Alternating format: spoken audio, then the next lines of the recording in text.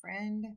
So excited that you're here with me today. We are going to talk about your personal brand and my thoughts on how to best represent yourself in that personal brand. Some things that I've brainstormed and some epiphanies I've had lately. Just want to share those with you. Before I dive into that, real quick, a couple, I don't know, administrative notes, I guess you want to call them. I got a new website a couple months ago and it is like 95% complete. There's still a couple like testimonials that we've been adding, et cetera, et cetera. But for the most part, it's pretty much done and I love it and it's awesome. But I haven't had a moment myself or anybody else to update all the old podcast show notes with like updated links and stuff. So some of you have reached out because you were looking for a link from a podcast show note in the past, and for whatever reason, it doesn't work. If that's the case, and you're looking for a resource that I was promoting or something like that, something I was selling, just DM me on Instagram. If not, all my current offerings are on the website. So take a look at that. Anyways, but yeah, if there's something that for whatever reason isn't working, just let me know. Happy to help you with that. This kind of stuff it's a process, right? And just when you think you have everything done, you realize that there's like two or three other things that you still have to do. So whatever. We're just going with it. We are doing good in being in the moment and not stressing about things like that. Cause in the grand scheme of things, my business is still awesome, even though my website's like only 95% good. But I digress. I've spent, I don't know, the last 18 months or so, thinking about working through, taking courses on, immersing myself in the world of personal branding. And I have come away with some ideas that were different than what I really thought. I guess my perspective has evolved, which, if you're not evolving your perspective, I would be worried. If you are diving into the world of anything that you want to be good at and you don't improve and change over 18 months, I would be concerned. So to me, this is really normal, but I wanted to come on here and share some of those epiphanies with you and some of the beliefs that I thought I had before that now I am changing my mind on. So, before I dive into what the specific things are, though, tell me if this resonates with you. You have a business and you probably promote a product, a service, an opportunity, maybe an info course, something like that. And you have been told by every social media guru out there that you should have a niche. But for some reason, even if you talk about one thing most of the time, there's still other stuff you want to be talking about. And because you've been told so many times that you should have a niche, maybe you're not even sure what your niche is, it stops you from creating content. It gets into your head and you're like, well, what am I really about? And I can't post until I know exactly what I'm about. If you're nodding your head right now, I have been there. I totally get that struggle. It frustrated the living hell out of me for a long time. Now, I started out in my business talking about social media because I love social media. Social media has given me the freedom to build a business in insane hours at night while I'm working a full-time job, where before social media, I would have never been able to do that because I wouldn't have been able to talk to people at, 8 o'clock at night. Nobody's coming over to my house at 8 o'clock at night. Like I'm not, I'm not networking at 8 o'clock at night on a Tuesday or whatever. So social media is great. I started out doing Facebook Lives and then graduated to Instagram and all sorts of stuff about how social media has allowed me to change my life and grow my business. And I started talking about the tactics of social media and social media coaching and strategy and things like that. And that's really all I talked about for a long time. And I would, as Instagram stories became a thing, I would, post a little bit about my personal life in Instagram stories. But to be honest, I kind of burned out on that. And the reason why I burned out on that is because although I love social media and I still talk about it and it's important to me and I coach about it and it's the base of my entire business, it's not the only thing that I'm passionate about. And so if you are multi-passionate, I know that term is kind of overused and maybe even kind of played out a little bit. But if you're someone who really loves a lot of things, and or you have multiple offers, which probably applies to you, then this is where personal branding can get confusing. Because if you have multiple offers and they're different things, then which niche do you choose, right? Like maybe you have a business opportunity and a product, and those are very different things. Maybe you don't want to be the skincare girl. Maybe you don't want to be the weight loss person. Whatever it is, can you talk about more than one thing? So I have always thought that you could talk about more than one thing, and I have always practiced that. But like I said before, I really only practice that kind of in the shadows, like in Instagram stories and in some fun Facebook statuses where, people who knew me in real life could see multiple things. But what I want to talk about today is my change in opinion about you as a personal brand. Now, if you're listening to this, you are probably a personal brand. Now, let's just, before we even get into anything else, let's talk about what is a personal brand. Now, if you Google it, you're going to get a lot of weird definitions. This is the definition that I resonate the most with, and I actually heard it on a podcast recently. A guy named Rory Vaden mentioned that he defines a personal brand as a digital version of your reputation. So a personal brand is a digital version of your reputation, which I think is brilliant. That's exactly what it is. It could be anything. It could be, your brand could be represented in any digital platform, whether it be a social media channel or a website or anything like that. But it is basically the digital version of what people think of you. What are the impressions that they get from you? How trustworthy are you? What do people know you for? What do people trust that you're going to share with them? Do you have a reputation as being someone who is of value, that can help people, that can solve problems for other people? And I want to give you the most obvious and ginormous personal brand I can think of that is insanely successful, that I think is just a case study that is fascinating, and that is Oprah Winfrey. Oprah Winfrey is a brand. Now, granted, she also has official brands and magazines and all that kind of stuff, but let's just talk about her as a person, as a personal brand for a bit.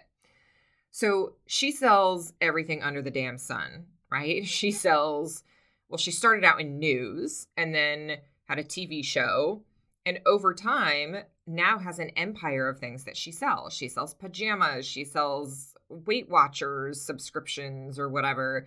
She sells magazines, she sells products, she has, television channels that you can pay to subscribe to.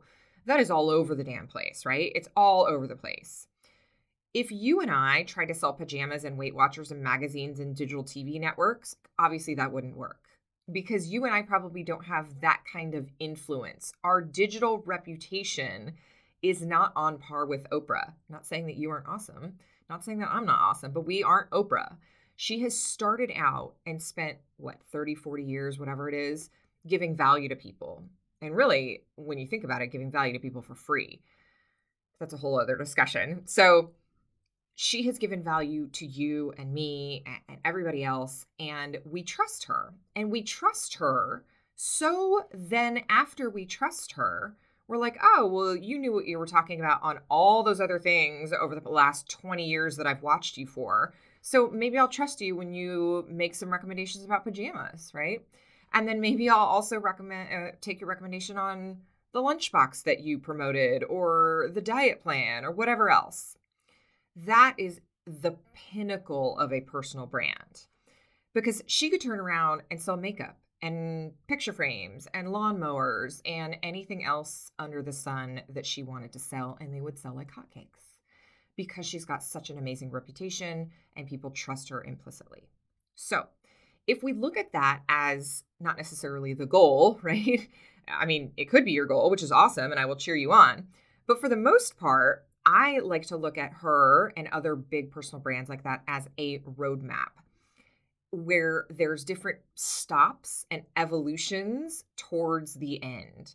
What I mean by that is that as you're starting out, you need to build trust. You need to build trust just like Oprah did, just like any other personal brand does.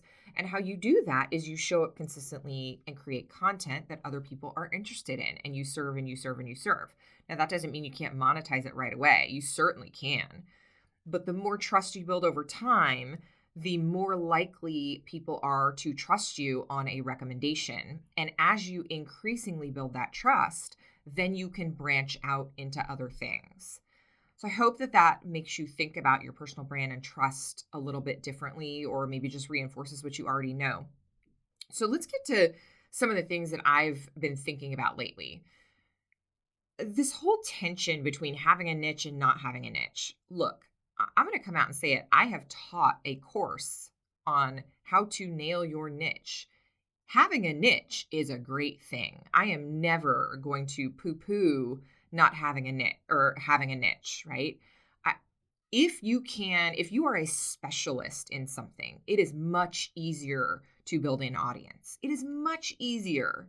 It is absolutely easier if you only talk about one thing to attract people who want the solution that you offer. If you only talk about how to grow the perfect lawn in Texas, people who are looking to grow lawns in Texas are going to be like, well, this person is clearly giving me content that I love. Follow.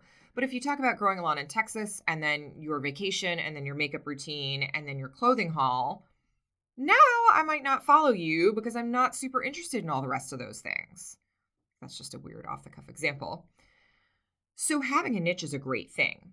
But again, many of us have multiple things that we sell because we are either in direct sales or network marketing, or that's just the way you've structured your business. Or maybe you are an affiliate marketer. And so you have affiliate links that you monetize and you have multiple things that you sell. So in this case, how do we craft a personal brand that incorporates all of that?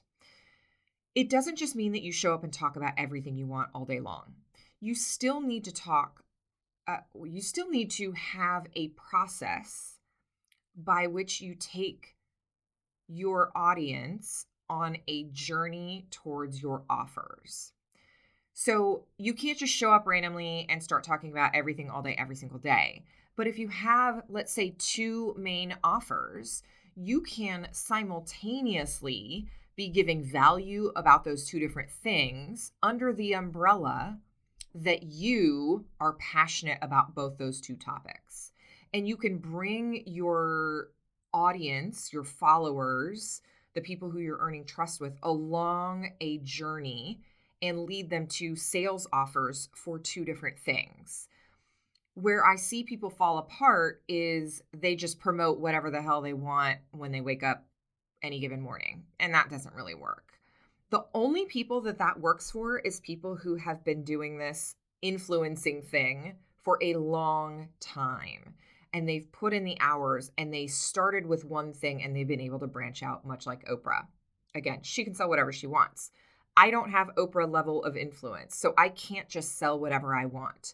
Now, yes, would maybe a couple diehard people in my audience buy whatever I recommend? Sure, absolutely.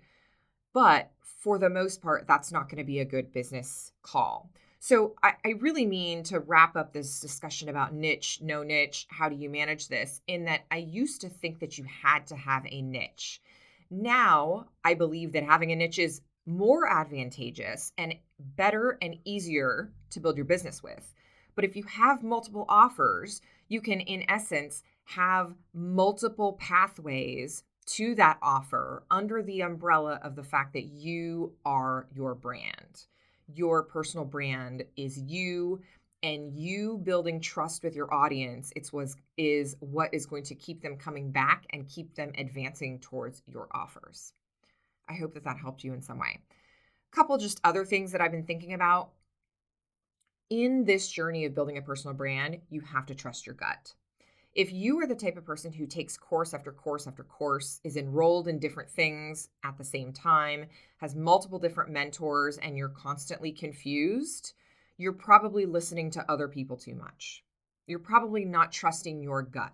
Because I guarantee you, if you sat in some silence, which is something I've had to learn how to do, I'm not really good at that, but I've had to learn how to just be silent and really listen to my intuition. And every time I have listened to my intuition, whether that be to change my business, create an offer, sell something, market my business in a specific way that goes against what my coach is telling me, which I have done, every time I've trusted my gut, it's turned out right because it's me. Because when you come to your marketing, to social media, to your audience with something that is authentically and uniquely you, it doesn't matter whether it fits the mold that some coach or some course taught you. If it's authentically you and it feels good and your energy is behind it, more than likely it's going to resonate with somebody. So I can't encourage you enough just when you're building your brand to trust your gut. The last thing, and I want to talk more about this in further episodes, is in order to build a personal brand, you have to highlight what makes you different. In fact, I probably just need to do a whole episode on this soon. I've done some Instagram content on this recently. So if you're not following me on Instagram, you definitely should be. You can find the link to my Instagram in the show notes on whatever platform you're listening on. But you need to highlight what makes you different. The sole reason why someone has bought from you in the past is because you are totally different than the other people offering the same thing. Because let's face it, we're all offering things that other people also offer. We're either selling the literal same product if you're in direct sales or network marketing or something like that, or if you sell any kind of physical product, more than likely there's someone else in your category, or you offer a service that someone else offers, or you have an info product that basically teaches something that someone else also teaches. So at the end of the day, we're all selling similar things. We are in business, where we have competition and there's other people that we're competing against. However, to remove that competition, to not stress out about what other people are doing, the only thing you need to do is just highlight what makes you different. That difference could be the way that you look, your background, your education, your philosophical approach to your product. It could be the way you deliver your service. It could be the way that you help your customers out. It could be a certain resource that you give to somebody. It could be one of any different things. It could just be who you are. And for those in network marketing, I guarantee you someone has bought from you just because of who you are, because they like you, they trust you, and they resonate with you. They see some of themselves in you, or they aspire to be like you. So the more that you can share about yourself that is different and interesting, you don't have to share your deepest, darkest secrets or like vlog your whole day, right? I'm not talking about that, but I'm just saying show up as you. So many people that I see, especially when they're starting out in their social media journey, are terrified to be different because they don't want to offend people. But really, that's the opposite of what we want. We want to attract the people that like us and that want to hear our message. Yes, you're going to lose people in the process. Nobody cares because there are how many billion people on this planet? Trust me, there's enough customers for you. There are plenty of customers that are waiting for what you want. You don't have to worry about the ones that you're not for. You just need to talk to the people who you are for. I made a huge mistake in this category when I started out. I basically hid the fact, not like purposely hid it, but I never talked about the fact that I'm in the Army.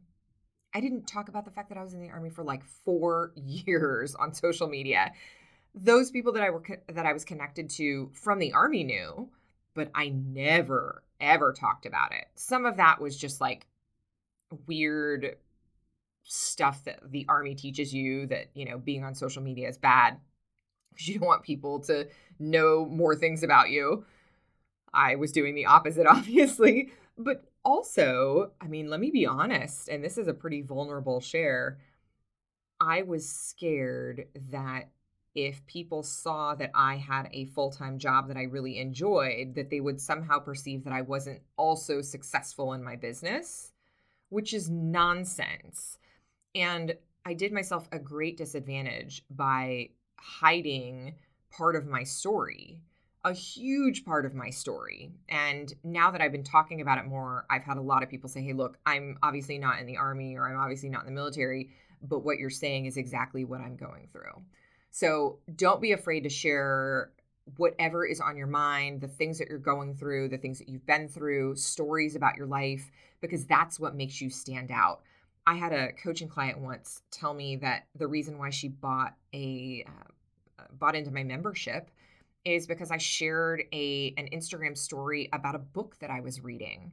And she liked the topic of the book that I was reading, and it was something that she didn't think I was into. And she related to me on a way different level after I shared literally just a book that I was reading. And so you never know. You just never know.